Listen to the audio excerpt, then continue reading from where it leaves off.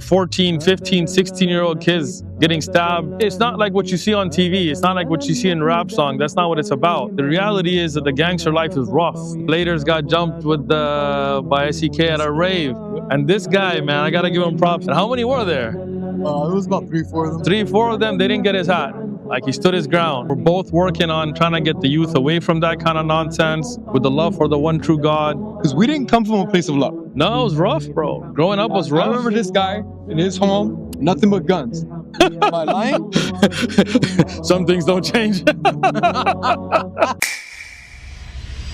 Understand the balance between letting wealth distract you from the akhirah or using your wealth for building your akhirah. What are some practical steps I can take to getting there? Our brother Ammar Sultan, who has Muslimpreneur, link is below. Check it out. And like we said before, he's going to give a free class, absolutely free, just for the people watching the D3 podcast. This is my man, Laters. What's up, my boy? What's up, my boy? This is my boy from back in the days, man. And I want to talk about him because this is guy, I've known him since when? 1992. 1992. Most of you watching weren't even born. And we grew up together in the same streets, same neighborhoods, same kind of struggles. And I know a lot of young people watching, they're in that path where they think it's cool. They think that that's the way to go. And we're going to talk about what we went through. And hopefully this will be a reminder for everybody else out there not to fall for the same mistakes that we did. A lot of people out there think like as if we became gang members to be cool or something. I mean, me and him were from the same hood, AEK, East Side. Southern California in the 80s and 90s was rough. Cutthroat, bro. And me and him went through it. A lot of people think we talk about this stuff for videos, but you tell them, man. You know, as Usman has said, much love and respect to you, man. This man has been frontline. And I'm not here to advocate the past. What I want to say is this man has been through the trenches. Frontline, man. I remember you tagging the hood, man. Remember on the 163 freeway? We had this wall, midnight. Man, all through Eastside, this guy is certified. Him, Zags, Tron, Duro, Duro. We did some stuff, man. We used to go get these freeway signs and we'd have a belt. Like, imagine this, just a belt tied to your wrist. The guy would be hanging you over a freeway sign and you'd be graffitiing. If you fell, you die. And not just that. I mean, we grew up in neighborhoods where, the first person I ever saw get killed from my own friends, I was 14. Like, how many people have we lost, right? Lesson. Little gangster. Yeah. There has been recently passed away in May of this year. These are all people we grew up with, that we were like brothers with, that, we would go to their house, they'd come to our house. Much love also to Sono from SEK. He also affiliated with us. Yeah. On the Ake Mob.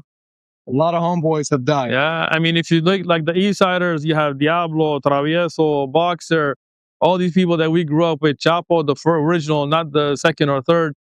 These are people that we grew up with that got killed, that got shot. For what? Like 14, 15, 16-year-old kids getting stabbed. It's not like what you see on TV. It's not like what you see in rap songs. That's not what it's about. The reality is that the gangster life is rough. I mean, every day you go through stuff and it's not just parties and women and money being thrown around. It's not like that. I remember when Laters got jumped by SEK at a rave. And this guy, man, I got to give him props. He had an A hat. He had an A hat for the representing. And how many were there? It was about 3-4 of them. 3-4 of them, they didn't get his hat. Like, he stood his ground, Right after that, we went, me and we retaliated right away. And I'll just tell you this, man. I remember shooting up Chuko's house.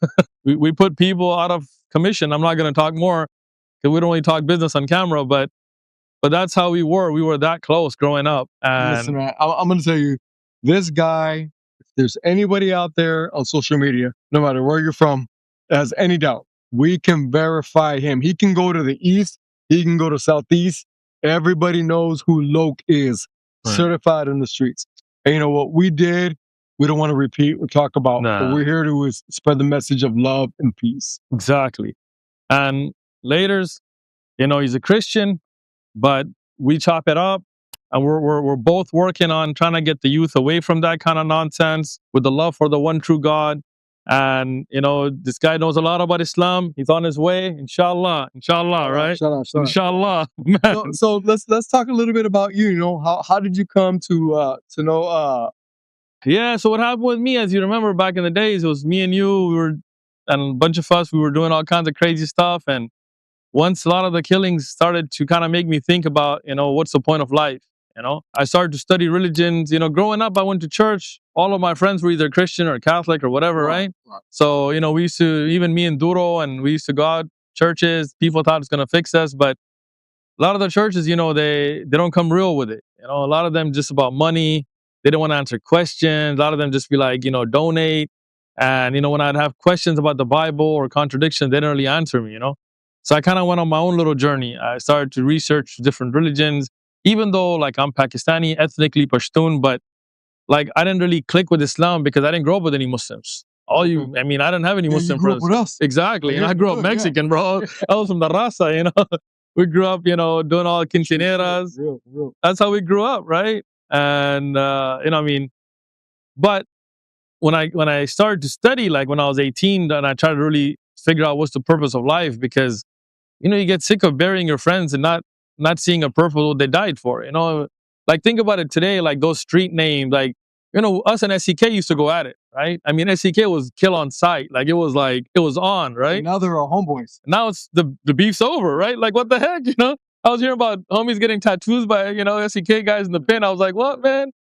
But that tells you like in the end, they were going through the same struggles we were going through. They were in the same kind of mindsets as we were. Like, there wasn't really a difference. Like, we were killing each other over, right? So when I started studying, like, okay, Islam and the belief in one God, not worshiping any men, loving Jesus, loving Moses, loving Abraham, loving Muhammad, peace be upon all of them, seeing the common thread between these faiths of, like the 10 Commandments, right? Hear, O Israel, your Lord is one. Like, that made sense. But when people start telling you like God's three, like, it doesn't really make sense to me, So Islam clicked, and then I decided to cold turkey it. That's why I disappeared, bro. I cold turkeyed, I left.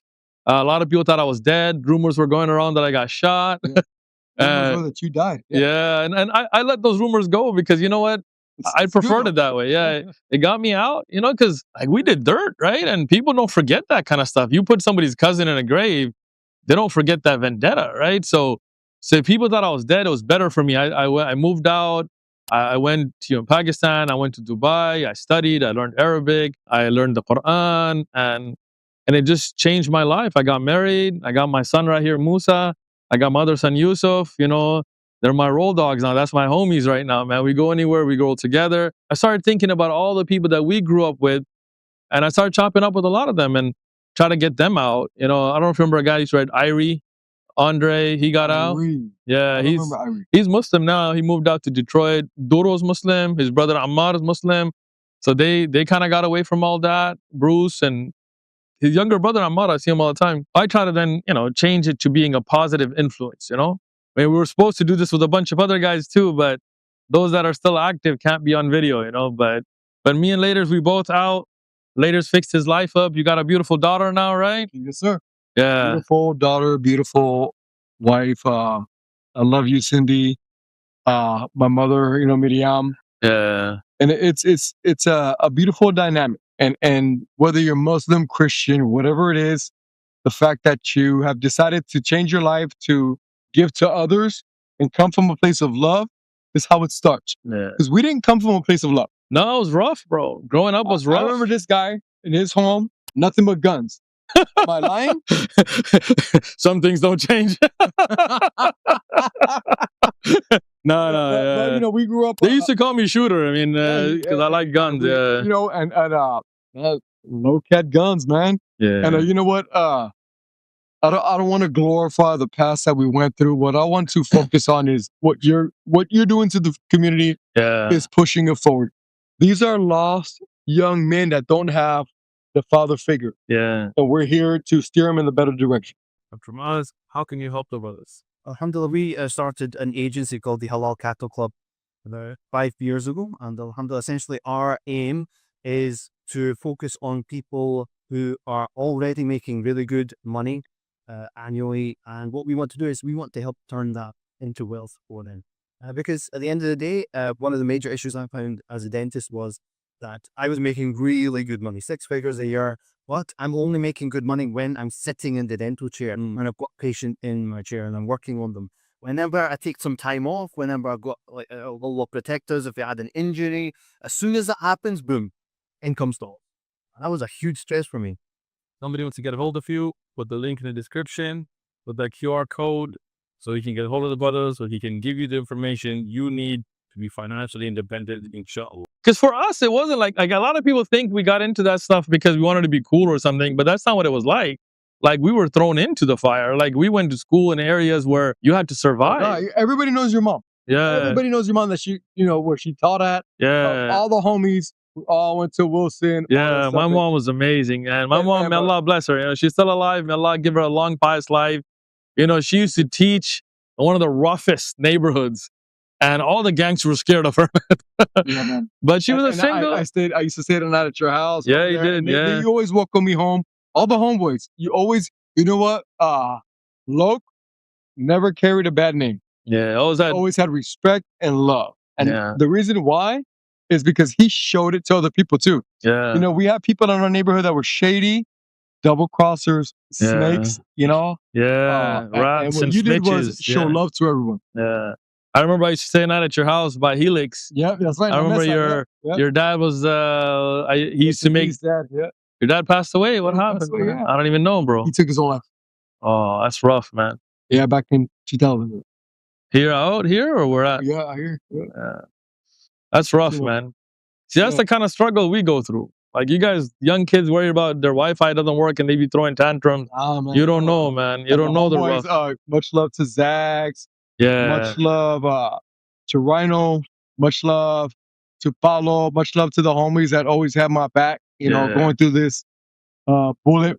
Bullet from Eastside. Yeah, that's my boy. Much love to you, man. We're here alive, and that's a miracle by itself. You can ask this man how many times we were shot at, how many times we had. This guy got shot at a lot. We got, and I remember 4th of July at Belmont with Pipa and the SEK boys. Yeah. Rest in peace. Yeah. Remember the whole clash happened. And let's not talk too much about it. But there were people that didn't make it, and we're here, and we want to warn you, don't go down that path. There's nothing good down that path. You don't want to be doing 25 to life like a lot of people we know. I mean, Chapo Tres from Eastside, he used to write to me, from Quentin and stuff, He would be like, like he was in solitary, crazy stuff. I don't want to talk about it, but it's a rough life. I said, you don't want to be spending the rest of your life in a little box that's 6 foot by 10 foot. Think about that. Or dead. Look at so many of our friends, teenagers, they didn't even get to their 20s. That's not the life to look up to.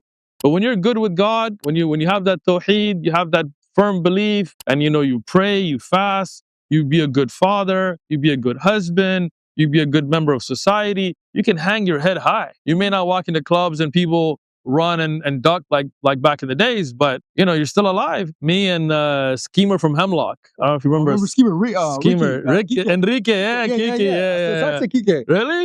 He's chop it up with him? Yeah. That was my boy, man. Me and him went through stuff together, bro. Hemlock. Yep. Me and him got jumped at Wilson, 30 OBS guys, and it was just me and him, and we held our ground. Right? We both got kicked out of school together. And then when that stuff went down, me and him hooked up. We went to a ska rave right down here by Market. And just me and him. And we had like 6 SEK guys. They had golf clubs. That's why, you see, I don't have hair. Yeah. This guy got cracked here. Looks? Who cracked you? Nah, it was Choke and some other dude. Score was there. A bunch of those guys were there. You held your ground, homeboy? I stood my ground. I mean, even when I went down, I kicked at him. I got up. Then I got hit with the crowbar right here. You can see the hair doesn't grow there either. That was a separate time. But after that, we went and shot up their pads and stuff. Tron was there. We had a lot of the boys from back. Diablo. I don't remember. He used to be from GDP before. Yeah. He sang. We coalesced. Yeah. He was with us a little bit, and it used to be a East Sider from RTS was with us too. Yeah, because East Side and AEK were always, we had the same hood, We actually became part of it. Yeah, So the it's line part of became East Side now, Sureños, yeah. And that's the thing. A lot of people, when we talk about Sureños and Southern California gangs, they think we're just talking about like stuff that we read about. No, we lived it, like, so we know what it's about, and we made it out. And a lot of people didn't, and we really hope that people will wake up. So if you're watching this and you're either caught up in that stuff, or you're about to get caught up in that stuff, or you're second guessing why you're caught up in that stuff, this is your opportunity. God is giving you this message to get you away from it. You can leave it and live. Like there's a time when me and him could not have imagined not being Akesters, not being Eastsiders, not being Sureños, not towing the barrio. That's all we did all day. That's what we thought about every day. We hung out together. Consumed our lives. All we did was wake up, brush up, work out, go to the neighborhood. We met each other. There you go. Children and Winona. There you go. East Side. And Euclid Avenue, see bro. each other, and our whole breakfast, lunch, and dinner was about banging our neighborhood campaign. All day, all night. All day, all night. As a matter of fact, I'm going to tell you something about this guy. He actually carved AEK into his stomach. You might not want to tell you about this right now. I'm going to put you on blast. Remember that? I did, yeah. I was supposed to get the tat across, and then the dude got locked up. Yeah. But a lot of us had, we were dedicated to those neighborhoods, but we could not have imagined getting out. That's all we knew. That's all we had each other. Look, like we're sitting here. I'm telling you, like there are times where cops picked us up. Remember when we were recording and Pipa's there on the cycle and the helicopter and the alley, and the helicopter came. That dude phased. They took our your camcorder. They took my camcorder. Yeah, we had. How are we not doing live right now, bro? We had so much stuff we did on video. Back in the days, we didn't have the small cam. We had the big camcorder. We had jumped people that day. We had done other stuff that I'm not going to even mention. Yeah. Tagging. We found ops and put them in their whatever, right? And the cops caught the tape, but none of us ratted. No rats. No rats. To this day, huh, homeboy? No snitching. Never. We kept it real. 10 toes down. Yeah. No snitching. No snitching, bro. That's how we were raised. Us on tape and nobody snitched. Cops had us. They picked up that dude they used to write Faze. He became Muslim too, Khalid. And they had him like, in a little room and threatening him. Nobody snitched. Nobody got locked up. But nowadays, streets are jokes nowadays. We didn't even do heavy drugs and stuff because we would. Yes, guy. All we did was smoke weed. But we didn't do no meth or what's it called? Ethanol. What's it called nowadays? What's the big drug nowadays? Fentanyl? Tweak, fentanyl, heroin. We didn't mess with that stuff because we had rules. Like I remember we saw, I forgot who was from SEK. We saw him, but he had his girl and his baby. We let him pass. We didn't even mess with them because we had respect for families. You saw somebody with their mom, you let them pass because we had respect. We didn't shoot kids. We didn't go and hurt women or children or elderly or try to, pimp people. Nah, we had respect for all, we had rules there. So any of that, none of that gay stuff. It was straight. Nowadays, you see these kids with plucked eyebrows and skinny jeans trying to act tough, bro. That ain't nothing tough about that. These guys can't even hold a fist fight, let alone, do anything else. This mother effer had hands too. You were remember you beating up porno? Yeah. Porno ADK, you remember, huh? Yeah. We had him, and then we had. This was always working out too. Yeah, not anymore, man. I wonder what happened to that dude, man. We used to beat that dude down, and that cat from Uno, that was ADK. Wow. We did a piece with him, and then we beat him up. Yeah. But that's the thing, man. I hope that this is a reminder for everybody to leave that life because very few of us made it out. But we did. We're out. Like we are living example that you can leave the gang life and have a life and survive. And be successful. This guy drives a beautiful Tesla. I have a beautiful Dodge. We have beautiful families. The street life is temporary. It will only serve you for a period of time. What you need to do is go to your God. Serve him. Surrender. It's not easy. Nothing in life is easy unless you work hard towards it. We are living proof.